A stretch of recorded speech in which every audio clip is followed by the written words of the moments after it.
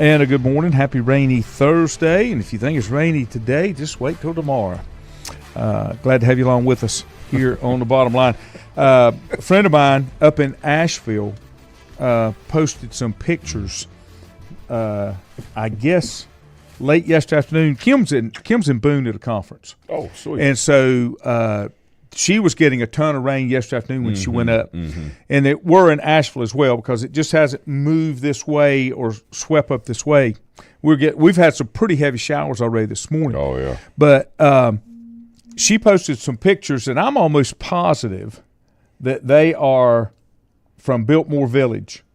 Right. You know, not Biltmore Forest, but Biltmore Village. Yeah. That area always floods. Right. And she had some video with 3 feet of water. Oh, yeah. I mean, it unbelievable. It can only drain and go where it can go. And it does sit down in the lower area. When Mandy and I lived in Asheville, Landy, it was not – I mean, it didn't happen all the time, but it's not uncommon if if you saw that. My cousin started French Broad Microbrewery, or one of the microbreweries up there, and this is like 25 years ago, but that was in that area as well. You know, that was subjected to – heavy rain, heavy snow, the melt, the flooding, that kind of thing. And we lived up there. We saw some pretty significant flooding from time to time. And you do anywhere you live, for the most part, right? Mm-hmm.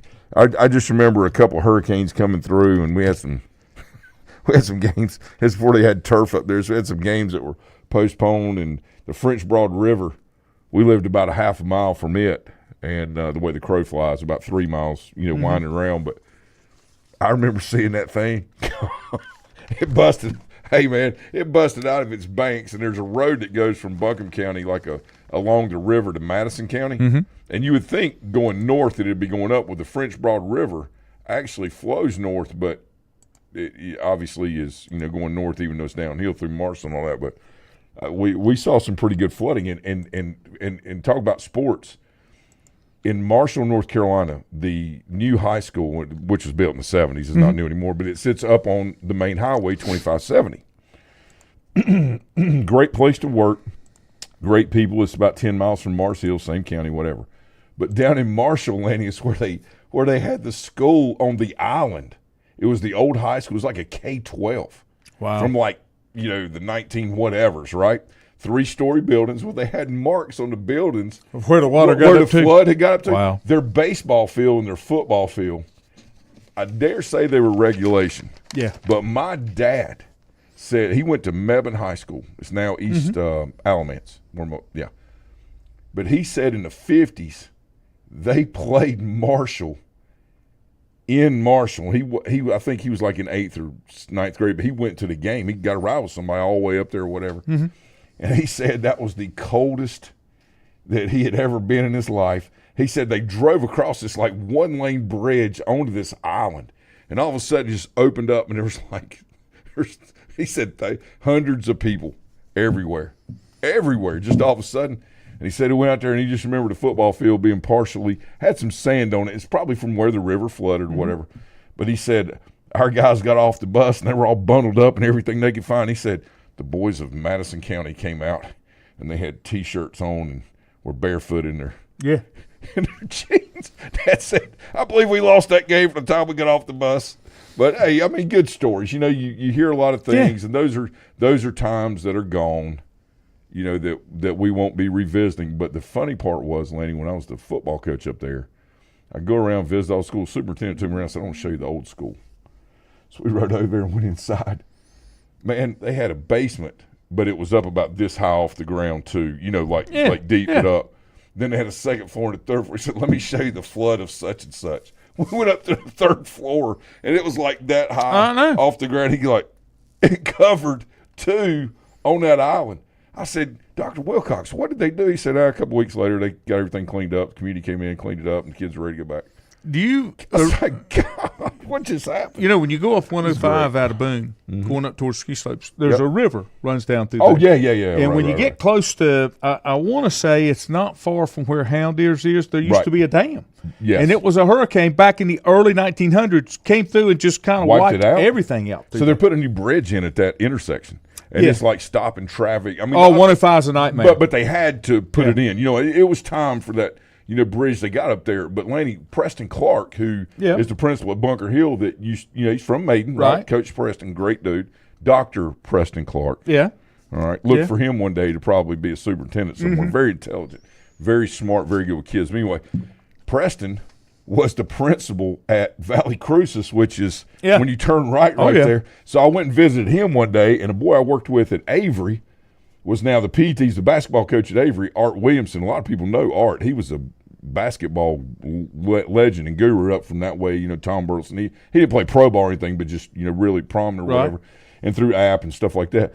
But we were there talking about, and Preston was going through the history of that school and like the sports and things, you know, before they combined, you know, into, you know, the newer schools and the junior highs and things like that. They got over, but a lot of history based on flooding and where they played ball games and ball fields, and it's just neat. It was cool. It was cool. Well, they're widening. They're putting 4 lanes in for 105. Yeah, and it's a nightmare. They got to. Kim's up. She's actually staying just right above that Ingalls when you first come out of Boone on 105. Yep. And their conference is up at the Watauga campus of Caldwell Community College. Yeah, so she doesn't have to get involved with that, you know, with that traffic and stuff. Not much, they say does she? I mean, they won't be working on it today. But good my morning, gosh, Richie. dude. Good morning, Link. Crazy. Yeah, let me go first on schedule changes, and this is what I have so far. And there's a whole laundry list that came out from North Carolina OT. Just tell them who's playing. Well, nobody right now. If you say well, here's the smart move was Shelby Thomas Jefferson played last night on Wednesday. Yeah, well, because I'm looking here. I'm gonna give you East Lincoln Statesville has been moved till today. That ain't gonna hold up. No. Kings Mountain at North Gaston today. That ain't gonna hold up. No. West Rowan at South Rowan moved today. That's not gonna hold Kings up. Mountain's where? Kings Mountain is at North Gaston. Do they have turf at North Gaston? No, because they do at Kings Mountain. Yeah. And with it not lightning, you can still play that game. I know, but it's going to be such heavy rain. No, I understand. I'm talking about the danger of people getting there, but I'm just saying with the teams that do have turf fields, there is always that possibility. If I was Thomas Jefferson, I would have tried to play Shelby on Tuesday and going to get that over with. Well, and here's the other side. I don't blame them at all. Here's the other side. The rain, the majority of the rain, or if not all of it, should be out of here early mid-afternoon tomorrow. Mm-hmm. But if you don't have turf, you've had 3, 4, 5, 6 inches of rain. It's not going to matter. Now, Avery at Drawn is Saturday at 7:30. Yeah, that'll work. Bandy's at East Burke is Saturday at 2. That'll work. Maiden West. East and Statesville has been moved to the night, won't hold up. Kings Mountain, North Gaston moved to the night, won't hold up. North Lincoln at Hickory, which will be a game, and I think that's the game we're going to have on WLON. It is Monday at 6 o'clock. Wonder why they didn't. Is that Hickory? Wonder why they didn't play it tomorrow night. No, I understand, but probably because of the state of emergency that's likely to be issued because of the rain. We're under one out, but they've got turf. I know what you're saying. Yeah, Hickory's got turf. And it is north at Hickory. Yeah. St. Stephen's at North Iredell is Saturday at 2. Mm-hmm. West Lincoln at Maiden is Saturday at 1. At 1, yeah. West Rowan, South Rowan moved to the night, but that's not going to hold up. And there was a laundry list. I just picked up the games that were around us. Now, Lincoln was not on that list unless I overlooked them. And they've already had their open date, so I'm not sure. Yeah, they're playing, is it Bunker Hill this week? That sounds right. Does that sound right? Yeah. So, that sounds right. So Maiden put a tarp on the field. And so we got an email or text message yesterday saying, anybody wants to come out Saturday morning and help pull that thing. Mm-hmm. So I feel like that field will probably be okay. Rich, you just got your question answered. There are no turf fields in Catawba County with the exception of Hickory. Yeah. And it's a different school system. And I talked to Kane Hauser yesterday, or a message with him, and he said there's no plans at this time in that he knows about for Catawba County to have turf fields. Let me ask you this question. I got to take a break and get to my next subject. Are they putting LED lights up in Catawba County? They were switching lights out at Maiden. I went there and delivered some T-shirts at the high school on the football field. And switching them out or putting the ones that are burnt out in? No, there were 2 trucks, and they had stripped all the lights on one pole. Good. Yeah, because Lincoln County got the LEDs. Yes, so what's happened is, and I'm glad you brought that up, it's been amazing what these new Oh my gosh. LED lights have Yeah. been able to do. And so what's happening is we're seeing them in baseball, like, LR and some of the, Yep. your SAC teams around or whatever that have lights. These things are dynamic. Yep. And it is you used the pun game changer. It really is, because now you can actually see. And I talked to Bobby Dale this summer, we're doing the Legion thing. And Yep. they were talking about changing lights out and doing these things. So I'm pretty sure that either Cherville has done that or is going to do it. The Lincoln County schools all have it. And Bobby's telling me that is it just interesting, but because they're hosting the World Series and trying to get a regional and all that they had the opportunity to go ahead and start on turf just for the infield, because we had a major issue during the state championship with all that rain we had. Yep. Over a couple of days. But anyway, neat stuff. A lot of neat things coming out that will enhance the ability for people to play at an optimal level and not play in the dark. Right. Well, next thing, and I'm going to take a break. I got a couple stories, some NIL stuff, some college things, but I also saw this in the Hickory Daily Record. And so Catawba County School Board is dealing with Title IX. And I wasn't sure that what Title IX consists of in high school. So I reached out to the chairman of the board, Jeff Taylor, and he's going to join us when we come back from this break and talk a little bit about it. But Catawba County receives $20 million a year, and it's not an exception. I'm sure that's the way it is all around. Yeah. I just wasn't aware of this on that level. So let me take a break. Jeff will join us, and we got some other stuff we're going to talk about, and we'll kind of get him to explain what's going on. I'm only familiar with Title IX as it deals with college athletics, but we'll see what all that entails, but we'll do that more here in just a moment. Whether it's a sit-down meal or a call-in for the drive-thru, Brookwood Cafe and Catering is the answer. A variety of meats, vegetables, and desserts cooked daily, or a hot sandwich from the grill, they have what you're looking for to satisfy your taste buds. If you need catering from 5 to 500, Brookwood has you covered as well. Stop by Brookwood Cafe and Catering at 202 Providence Mill Road in Maiden. Don't forget breakfast daily till 11 a.m. Open Tuesday 6 a.m. to 2 p.m., Wednesday through Saturday 6 a.m. till 8 p.m., and Sunday from 7 a.m. to 3 p.m. Call 828-428-8944 to place your order today. If you ask around, you'll find Burke Mortuary has a reputation for excellence and commitment to value. They've built a reputation of trust for more than 35 years. Burke Mortuary is proud to offer personal attention, meaningful tributes, and the area's most affordable prices. They're also proud to offer you beautiful, state-of-the-art facilities. It's the perfect place to honor your loved one. So when choosing a funeral home, the choice is easy. Choose Burke Mortuary with locations in Maiden and Newton. Covenant Church began as a vision of just over 100 people in 1984. Since then, Covenant Church has grown and currently located at 2168 Gastonia Highway in Lincoln. The Sunday schedule includes early morning worship at 8:30, Sunday school at 9:45, and morning worship at 10:45. Their ministries extend beyond Sunday. Visit their website at www.covenantchurch.church to see all they have to offer, and better yet, stop by and see for yourself. Covenant Church may be just what you're looking for a new church home. First Federal Savings Bank has been serving Lincoln County since 1940.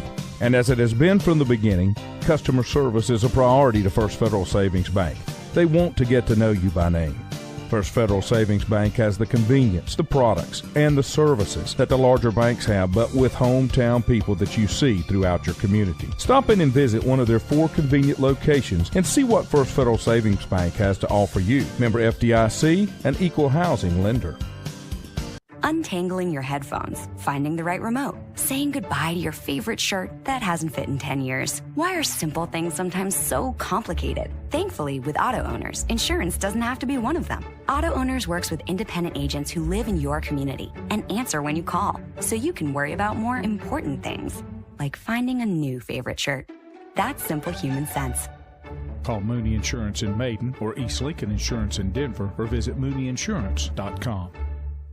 At Stifel Nicholas, we're committed to offering investors personalized investment guidance. We're a full-service organization with department staffed with professionals that specialize in a wide range of investment opportunities, from the most conservative to the most aggressive. We strive to give each account, regardless of size, careful, individual attention. Call 4Rembert today at 828-624-7300. Stifel Nicholas, member SIPC and the New York Stock Exchange.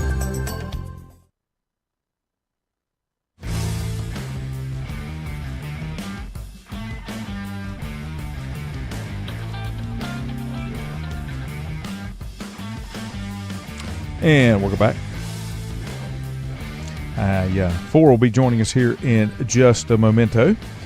He had to catch a call right quick, but I'm going to head over to our guest line. I saw this article in the paper, and I wasn't sure what was going on. I'm just not I wasn't aware of this, but Chairman of the Catawba County Board of Education, Jeff Taylor, is going to join us. Jeff, thanks for joining me.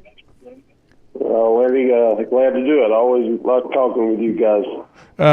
This was kind of a last-minute thing because I just saw this, and I'll tell you why I'll tell you why I wasn't sure and kind of need some explanation. I'm familiar with Title IX as how it affects colleges, and because if you go back when COVID hit, they lost some programs because they had less money, and it really started to affect some of the Title IX programs there as well. Tell me, just to catch people up, the board voted to follow two different, I guess, mandates or policies for Title IX, and some schools are on one and some schools on the other because I'm assuming some of them have been named in some kind of suit or something's going on. Is that correct?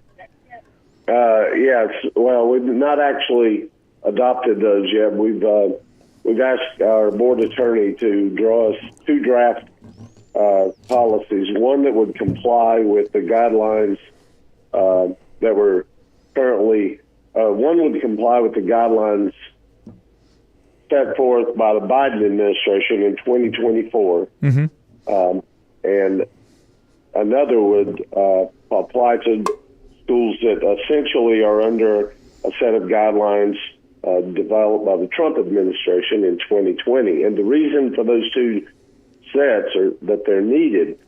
There was a lawsuit filed in Kansas back in the summer by Moms for Liberty was one of the advocacy groups, and there were a couple of more groups that joined that suit as plaintiffs. But essentially what they were asking the court to do was do not enforce the Biden administration Title IX policies in any school where any student who is a child of a Moms for Liberty member is attending, public or private. And so that list came out, and in our district, 11 schools have children whose parents are part of that group, Moms for Liberty or the other plaintiffs. So in the meantime, the court has essentially right now, sort of left it hanging. And so what we don't want to do, one, is be found guilty of violating Title IX rights of any group. And the court has said until we make our final decision, any student in these schools who have Moms for Liberty members, you will be under the guidelines set forth in 2020 by the Trump administration. The remainder of the schools fall under the current guidelines.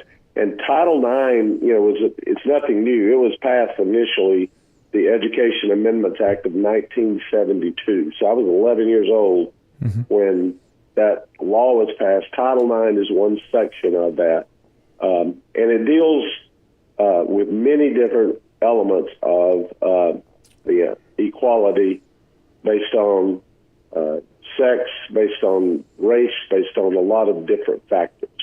Every administration that comes in chooses how they're going to define certain terms in the law, and so the application of the law may change slightly from one presidency to another, but the law itself is really nothing new.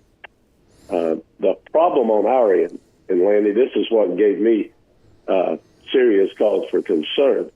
Is hypothetically, if someone did bring a lawsuit saying you're denying my child their Title IX rights, and whether it be under one policy or the other, and we were found guilty, you stand in danger of losing all your federal funding. And in the Catawba County Schools annual budget this year, that chunk of money is around $20 million. So, I told someone, to me, it's kind of like putting that little tire on your car when you have a blowout. I don't intend on riding on that thing forever. We're just going to use that so we can get the permanent tire put in place. Now, you said this lawsuit was brought in Kansas. So is it a federal suit that will affect the entire country, or is it going to have to be after it's ruled on in Kansas? Will it be escalated on up, let's say, to the Supreme Court? Well, you know how federal law is. If the district court anywhere decides a precedent, essentially, it's federal district court. So that becomes the law of the land until it's challenged in the Court of Appeals, and then that becomes the law, and then it goes to the Supreme Court, and then that becomes the ultimate law. Right. So I can see the way that you want to set the county up protects you, because we could actually elect a president and another one before this ever got settled. Honestly, absolutely, no doubt. And the one thing that we don't want to do, the one thing that I think we're physically bound to do, is be good stewards of the county's money and the state funds and federal funds that we get. If we were to lose that federal funding, we would not be exempt from providing the programs that $20 million funds. We just have to find somewhere else to get it. Our local share of our educational budget doesn't have $20 million extra dollars. Right. If it did, we would start building some new gyms out at Bandy's and Bunker Hill and Ford and St. Stephen's, and some performing arts centers that we really need. So I am not in favor of putting any of our funds at risk. I didn't realize and didn't know that it went down to this level. I thought the Title IX thing was actually a college thing that really dealt with sports. So what does Title IX really imply on this level? And obviously it's for all grades. And then is it designated kind of how that money has to be spent or allocated once you get it from the federal government? Well, okay. Couple of different, and then asking me this, of course, you're asking me a legal question, and I remember a college professor I had said, knowing a little bit of the law is probably the most dangerous thing you can make. So, but as I understand it, and I'll frame everything under that, Title IX, it's an exhaustive section of that Educational Amendments Act. It has in it protections for equal access to programs, which includes sports. Now, the judge was very specific. In this lawsuit, athletics are not affected. It's not a law that's going to require any of the districts to allow natural-born males to be able to play against females. That's our attorney was emphatic. She made that statement twice, that that was not part of this ruling. What we're talking about here, and when we talk about federal funding, are programs like our Exceptional Children's Program. There are some federal funds for academically gifted. There are federal funds for English as second language. All programs that affect many of our students. And you probably remember, Lanny, from your time in education, federal dollars come with very specific guidelines. Yeah. They're not discretionary. So, they would have to be spent on the specific program for which they are designated. And we don't get any federal Title IX money for athletics. Okay, so from the Title IX, when you think about it on this level, underneath college, the Title IX funds there are for educational purposes, academic purposes. When you talk about Title IX in college, you're really talking about equal scholarship and opportunity for female athletes. It applies more there than it does for academics. Yeah, well, I mean, where I think it applies to athletics, federal money doesn't go to any college or local sports, but it requires that if you have 5 men's teams at your school, then you're required to have 5 women's teams in some sports, not necessarily the same sport. Okay. But there have to be, and that's why during COVID, when you saw programs being eliminated, right, the balance was still there. So if you go back and look, the balance between programs it would be the same number for each gender. Okay. Yeah. And I'll tell you this. I think that, one thing I've seen here and other places that I have been, the school systems that I worked in, is, there's a very conscious effort to make sure that there's opportunity for all students, and both in the classroom and, athletically. And that's one thing that, I'm a big, I like to see things, moving and all this, and have ideas about things. But the one thing that I can say that, I think that the school systems have done a good job is providing opportunity for all kids. And I've seen the benefits of that, on the athletic field, as much as in the classroom. And, I think that's something we do good here. And, it's just something with Title IX out there, it brings awareness to things. And the most important part, I believe with any kid is the opportunity. We kind of all do what we can do with what we've got and how we apply it, but having the opportunity to do things is what's most important. And, I see us doing a great job of that locally, and, I pretty much all over the state from what I've seen. Excuse me. And, I appreciate, what you guys do with that. It's the girl, I'm looking for flag football for girls next in our women's sports. That's a big deal, man. That's a lot of fun. And we just have a lot of personalities and a lot of things that are changing with our young people as far as what their interests are. And that's not a bad thing. That's a good thing. There's new opportunities out there, and I see. I was talking to somebody the other day. I can kind of see things not really coming full circle, but maybe expanding more as far as the opportunity in women's sports for some of the things that are out there now. So I appreciate what you guys do. And you got any idea when we're going to see women's flag football? I have not heard that yet, and again, that is right now out of my scope. Right. Right. But it's so cool. It's so cool. I'll say this and thank you for saying that, because what you said I think is exactly right. Anytime you deal with 16,000 students, you're never going to please everybody, and we try our best to make sure that our students, as you said, have equal opportunities. And that's what Title IX is about. Yep. I know there's a lot of politics and a lot of misinformation. Anytime anybody's trying to make a political argument, you create a straw man. You create a villain out there that may or may not be informed in the truth. And a lot of people have about gender identity and a lot of different programs. And what this specific law right now, they're ironing some of those definitions out. Mm-hmm. I will say this. Our leadership in Catawba County Schools does an excellent job of working with families to try to find the best solutions for each student's educational needs, whatever that is. Mm-hmm.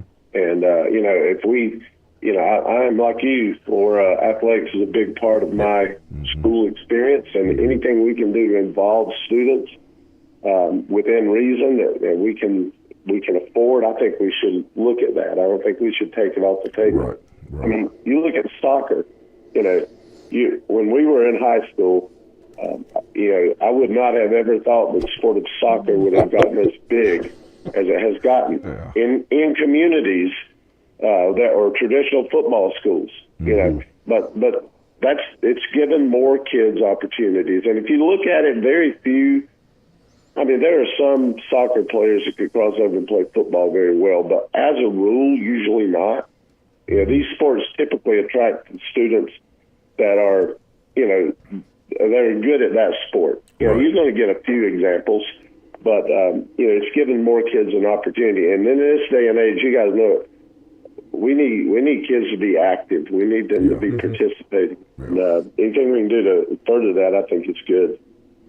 One final question, Jeff, before we let you go. I was just curious, when this list that came up, the schools where the 2024 Title IX regulations are blocked, did you have to contact parents about what was going on, or did they contact you? How did you come up with that list of schools that the 2024 was blocked? Well, the Federal Department of Education has a list that was provided to our board attorney. Okay. So she advised us. Now that list is in flux. Mm-hmm. We could come back at our October meeting and 5 more schools could be on that Yeah. list. Yeah. So because, all it takes is a member to join with children in that school, and then that changes it. But we hope that somewhere in that interim, the court makes a hard and fast decision that says, okay, this is the rule, and then in good faith we will do everything we can to abide by that, because whether I agree or disagree with policy, I don't think it's ever our place to break the law. So we're going to respect the law and try to work within that framework.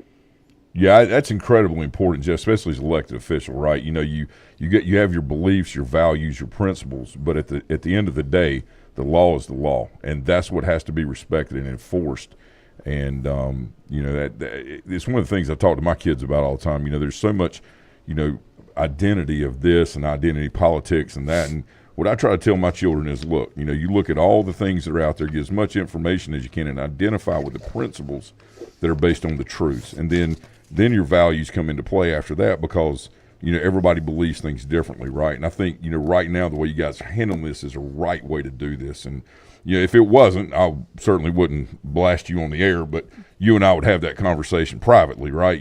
But I do believe you all are doing a good job with this, and I hope that like you said, the federal law will come out, and we can get things established and continue to move forward with this. Yeah, and like I said, I want to. Part of not breaking the law is just we don't put our funding in jeopardy. And again, before that goes back to what's the point you just made. We got to have those funds to do what we need to do for our kids. Well, I appreciate you taking the time with us, Jeff. We're gonna one more, Jeff. Any news on the turf fields?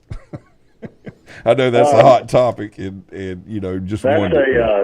That's part of a larger conversation that if you guys ever have a few minutes, I'd like to get into. But we're at a point in Catawba County schools. The average age of our high schools is 64. Yep. Wow. 9 years. Yeah. And our district has done a phenomenal job of taking buildings and upgrading them and renovating them like they've done at Maiden and Bunker Hill and Bandy's and Ford. Yep. But our gymnasiums and our playing fields, which are not just for athletic. Right. Gyms have PE classes in them 4 periods a day. Right. 2 of them were built when Eisenhower was in his first term as president. And I'm not kidding, 1954. Yep. The other 2 were built when Lyndon Johnson was president. Mm-hmm. Van I Oaks think gyms. it's way past time that we take a hard look. And again, I'm a taxpayer. I don't thought of just spending good money after bad. Mm-hmm. But we've got to work. The Board of Education spends the money that's allocated to us. And I think our board does a good job of stretching those dollars. Yeah. But talking with our commissioners, our legislators, and looking at options. Because when I go to Lincoln County or Iredell County or Caldwell County or Burke County, and I see some of the facilities up there, I'm thinking, okay, what am I missing? There's evidently a piece that we need to look at, and I'm not pointing fingers. Every elected body has difficult work to do, but I think we owe it to our communities because we're growing. We're going to be needing more schools. Yes. The north, east, and southeast corners of this county are exploding. Yeah. And I don't want what's happened historically is the need for gymnasiums and improvements to things like ball fields. They've been on a list of needed improvements, but they stay about 5th. Right. And they're leapfrogged by much needed, academic improvements. Right, Jeff. We're going to have to look at some funding sources that we're not currently able to tap into. Well, I'm going to tell you this. There's a difference between an expense and an investment. And I'm big on investment into our communities and into our future, which is obviously the kids. That is the most important thing, and I think people really need to understand the difference between the two. They talk about, spending money on this and spending money on that. I can tell you in the town of Maiden, we needed, years ago, a new town hall. And people are like, we're spending money. I'm like, whoa, wait a minute. Whoa. We are investing money into our town, all right, because we have data centers that are, coming here. They need to have, safe meeting places instead of meeting in a basement with a bucket, catching sewer in the corner. all of these things. To your point, this is an investment for our kids. It's not an expense. And yes, we have dollars that are limited, but it's all about priority. And I think what we need to do as a county, and I know there's and as a state and as a federal government, is get on board with that first before anything else. And it's easier said than done, but when you have enough people that believe that and believe in that process, then these things can be accomplished and be done. And so, I'm a big believer and big supporter. Through all my years in education and experience growing up in a household with teachers, I understand the value of investment into, the beginning years of our kids, because it shapes the rest of their lives. And we need to be able to have functional gymnasiums that host band concerts, graduations, student assemblies, all of these things that are very important. And also in the athletic fields, Jeff, and I know you know this, you and I have actually, I think years ago had this discussion just kind of, briefly, but it does so much more. When you have a football field that's turfed, your soccer team's able to play on it, football plays on it, bands practicing on it, baseball and softball out there playing on it or practicing on it, when the weather's bad. The worst weathered year is not in the winter, it's in the spring. And so we got spring sports that are outside, right, in the worst weather of the year, and they have to cancel practice or go in the gym. Excuse me. We can, this is something that I'm big on. I've talked to Randy Eisenhower about this. I'm really hoping we can get these things done. Well, and I'm going to continue to advocate for that, whether or not I'm reelected to the board or whether I'm a private citizen. This is something I'm passionate about. Yeah. And I appreciate you saying that. One fact I would leave, if the listeners out there going, I don't know about that.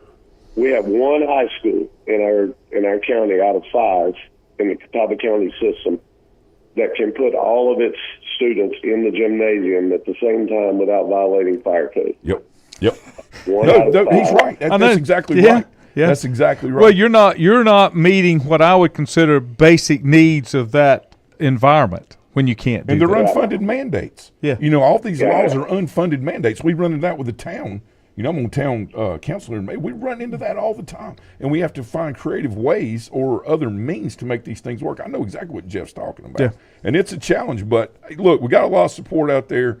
We're going to try to move forward and continue to do the right thing for the right reasons, which that I'm a big believer in that, and I think that you are as well. And Jeff, I appreciate your time today, and I hope we can keep this thing going, man. Well, likewise, thank you for it, and Lanny, thank you guys for what you do. I mean, I think you provide a great forum for people to be aware of what's going on, and I think you do it in a fair and balanced and reasonable way, so I appreciate it. Yep, that's what I've always said when I've invited people to come on.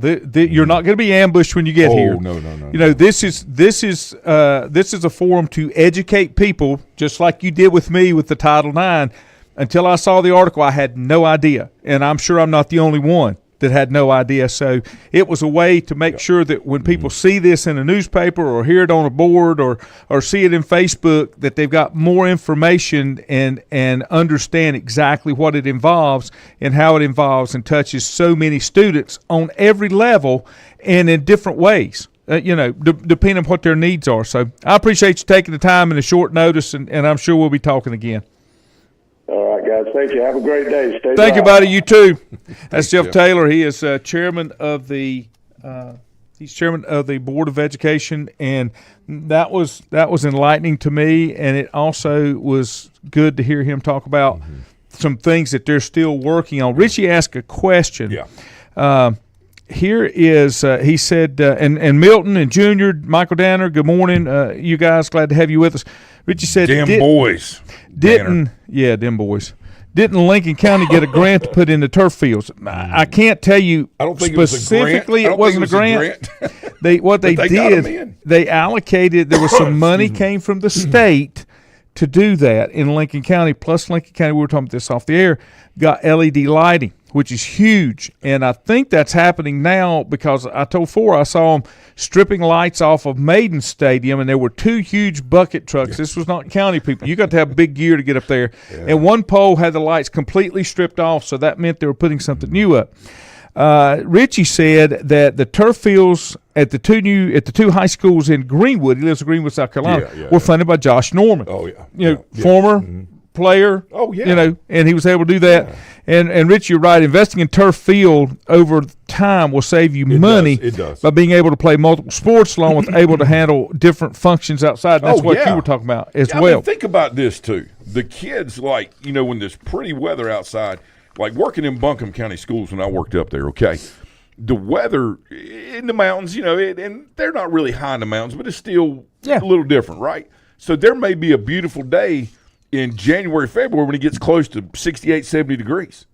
Well, you know, being inside all the time, no matter what the subject, you know, can be a little taxing, you know, mentally, right? You know, it's dreary outside, it's cold, and getting outside and be able to get in the bleachers or on the turf field, you know, it brings a whole new exciting dynamic to the learning environment. Yeah.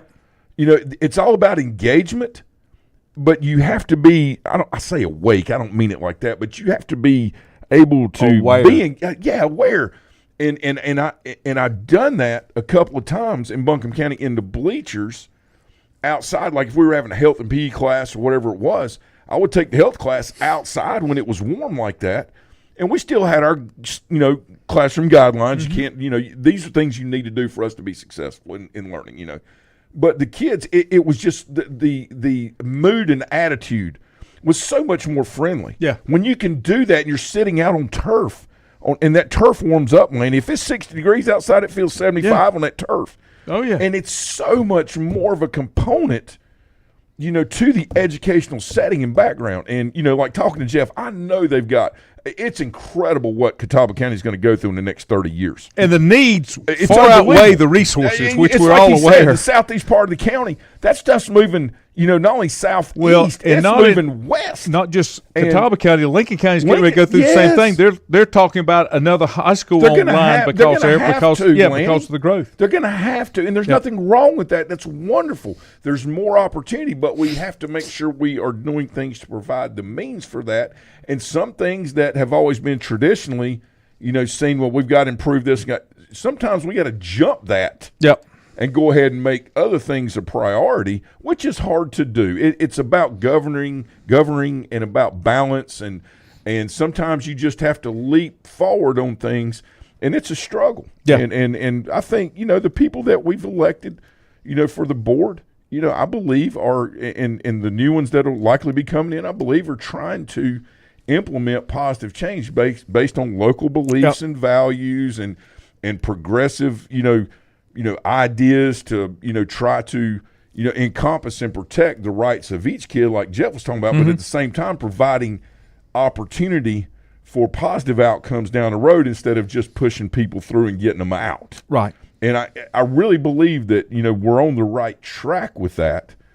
And I also believe that, you know, with government, it's good to cycle out every 8 to 10 years. Yep. I don't care what position it is. You know, there's new ideas. Like when I was serving on town council, I served for 8 years and I got out for 6. And they said, well, why didn't you run again? The mayor at that time, Bob Smart, was like, why are you not running? I'm like, Bob, I've been on for 8 years. Okay. It's time for new ideas, new things. Will I get elected? I don't know. Maybe, probably. I don't know.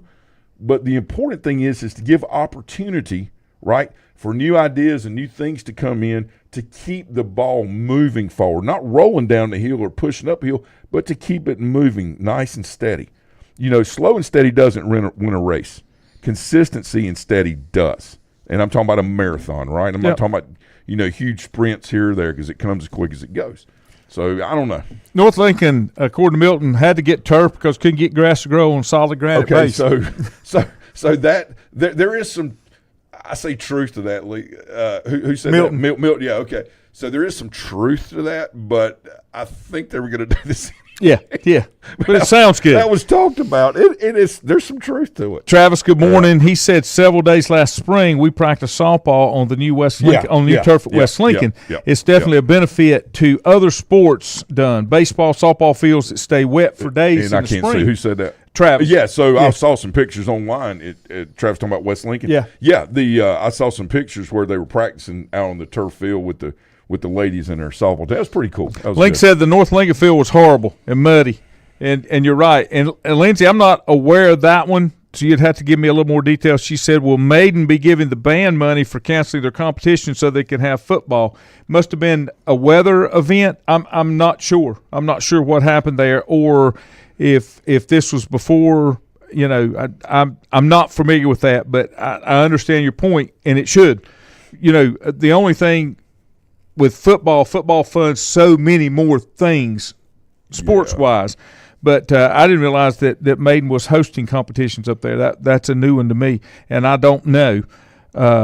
That's not something that I even knew was going on. You know me. I try to stay in the background and try not to get involved any more than I have to, because if I get involved, then you're going to want to know what I think. So that's just the way that works. So I got a couple more, but I'm going to be out of time, and I got people blowing up my phone. But this is it about telling what you think. It only matters, right? You telling what you think if you don't care what others think what you think. And that's when people have a problem with what you say. When you know what I'm saying? And I don't mean attacking people. Here's what I've said. You believe. That's the problem they have. Here's what I have said. Because they're following a set of values or you know, an identity of something, attaching it to this instead of, identifying what the truth or the principles of it are, right? So that's the whole thing about that. This is what I have always said, and I stand by this, okay? I have no problem giving you my opinion, explaining my opinion, 100%. The whole 9 yards, okay? That is no problem. But adjacent to that, or a part of that, is I'm not asking you to believe what I say. I'm just putting 100%, my opinion out there because I think multiple opinions have to be out there, and I'm completely okay that when I get to the end of the day, if we all just agree to disagree. I'm okay. I'm not trying to push my agendas, and I'm not going to let you push your agendas on me. It's just that I think, and I encourage you when I talk about something, when I give you an opinion on something, it's more or less so that you will go look it up and then form your own opinions about it. How about this? That's the biggest thing. And doing that in coaching with kids and even on town council, like if we ever have a vote where we don't agree on things, I may walk up to somebody that voted different and say, hey, why did you vote? Right. And I'm not saying I can't believe you did. That's right. Because they made a thought of something I didn't think of, and I'm okay to go back if we need to revisit it if I was wrong. You know, if I was on the majority end, the biggest I have no thing, problem with that. That is not what I'm talking about. The biggest thing that we don't do as people, and I'll stop. Okay, I got to get a paper out. The biggest thing we don't do, okay, we don't educate ourselves enough before we jump out there and hit a bandwagon and start just, and I'm the first one. I'm like you. If I come out on something and somebody can show me where I was wrong, I'm okay with that. 100%. I'll change my opinion. But, I'm trying to get you to educate yourself as well, and that's the only reason, because everything just sets and muddies if you don't educate yourself and discuss and talk about it till you get there. Like I said with Jeff, now that I know it, the biggest thing that I liked about what he said was we wanted to make sure we did not jeopardize any funds that we desperately need to keep our schools running. 100%. And that was the biggest thing right there. He wasn't pushing agendas. He wasn't saying one was right or one was wrong, but the board was saying, we're going to CYA so that we make sure we don't expose our money. They're trying to do the right thing for the right reasons. That's correct. And that's the whole point. And Lindsay has to deal with this all the time, going into schools and trying to help out and do these things and getting things done, and then not having the money to keep it going. Yep. There's a struggle. So before we go, there is a picture of a triangle, okay? So there was a psychological experiment done with 17, I believe, CIA members in a room and an 18th person random, but all 18 people in there were thought to be random.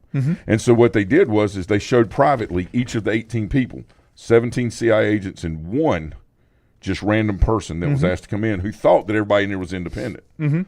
So they went through and said, tell us what shape you see.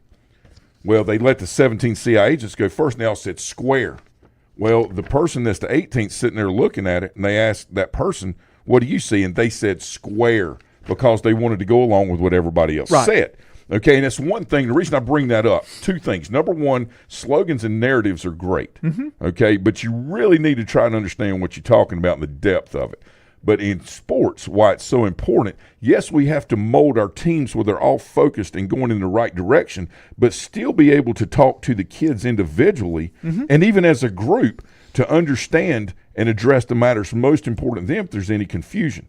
When you do that, it brings clarity in the goals and the relationships, and it allows everybody to move forward with the team concept while addressing the matters most important to them individually. This is a psychological experiment, and it is a triangle, unless you know. But they were all 18 people on purpose. 17 of them, the last 18 said square. Yeah.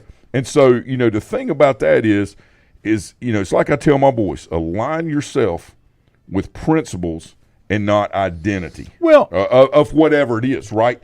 Because when you start jumping and doing that. Because a lot of times the things that you think you believe in that are carried by a certain group are actually not what you believe in at all, but because you've identified with that, then you think that's what you're supposed to do. And that is not the way individual liberty works. Politics is a great thing, and it's wonderful. We got people in North Carolina is becoming more melded every day with the people moving in, people growing up here, the beliefs and values, things shifting and changing and navigating this way and that way. But the one thing that can never be mistaken is individual liberty. That's why we have the Electoral College in place. That's why we have the ability to vote locally for representatives. And to think about this, nobody ever asked me if I'm an independent Republican or Democrat when I run for town council. Why? Because if I get voted in, they align with my beliefs and values and the principles that I say that I'm going to do, and then they vote based on that, not based on me identifying with the party. Okay, that is the problem. Full disclosure, my mom is incredibly involved in the Republican Party in Catawba County. She does a lot of great work. She works across party lines, with the voting and all these. She's got relationships with all different, the independent channels, the Democrat channel, the Libertarian Party. It's not just divisive, right? It's working together with a group of ideas. And that is where I think when it comes to sports, that's one of the things that you did that I watched, and Randy too, Abernathy, with our young kids a year ago. You were addressing the matters most important to them and listening to them and not identifying them as, well, they're just in this group or just this ability level. You were trying to reach them individually. And I think that's what Lindsay tries to do with the groups that she goes out with based on what you have told me that she does. Okay, I'm not speaking for her or anything. I'm just saying I think that's what she tries to do. I think that's what Jeff tries to do with the board. I think that's what I try to do in my community and with my own kids and the ones we do. And it's important, Lanny, that people talk about division and divisive. One thing I'm never going to let Donald Trump, or Kamala Harris or Joe Biden or Ronald Reagan or anybody else, people I've never met, I'm not going to let them keep me from having relationships with the people that matter most to me and that live in my community. Just because we may agree or disagree or maybe not in the end. I've always said, not going to do it. And you'll see this later on in the Lincoln Times News. I'm going to write an op-ed piece about why local politics, local elected officials should be nonpartisan. 100%. Because we don't want to go that way. And my final thing, and Lindsay can testify to this, we differ on a lot of our views, but she'll tell you, I'm the first one to call and say, okay, explain it to me. Am I missing something? And sometimes you're talking I'm about wrong. political. Yeah. No, I understand. I can call her and say, we don't argue about it. It's just explain it to me. Point of view. Because there may be things that I hadn't seen, like you said. When you ask somebody why they voted against or voted for something. I want to know. I want to know because I want to be educated and make sure that I'm evaluating as I properly should. What's your week next week? I think I'm good. Okay. See you next week, guys. Please be careful in the rain.